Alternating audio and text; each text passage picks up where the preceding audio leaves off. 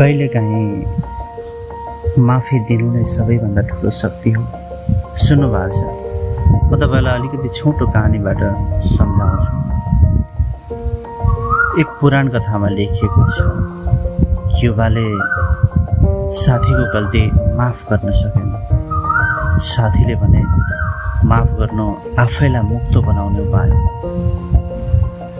माफी दिएपछि उनले भित्री शान्ति र खुसी पाउँछन्। जसले पनि माफी दिन्छ, जो पनि माफी दिन्छ, उसले यो अवस्था, यो सिचुएसनलाई फेस गर्ने गर्छ। रिस र नकारात्मकता आत्मालाई बोझ बनाउने काम र मनलाई बोझ बनाउने काम बाहेक अरू केही पनि गर्दैन। माफ गर्नु मन र आत्मालाई सफा र शुद्ध राख्ने एउटा म्यासेज जस्तै। आजदेखि मन हल्का गर्न माफी दिनुहोस्। हर कसैले पनि गल्ती गर्छ तपाईँको लाइफमा, कसैले पनि मन दुखाएको छ। एकपटक माफी गरेर हेर्नुहोस्, जीवन सहज र सुखी हुनेछ। I promise to you.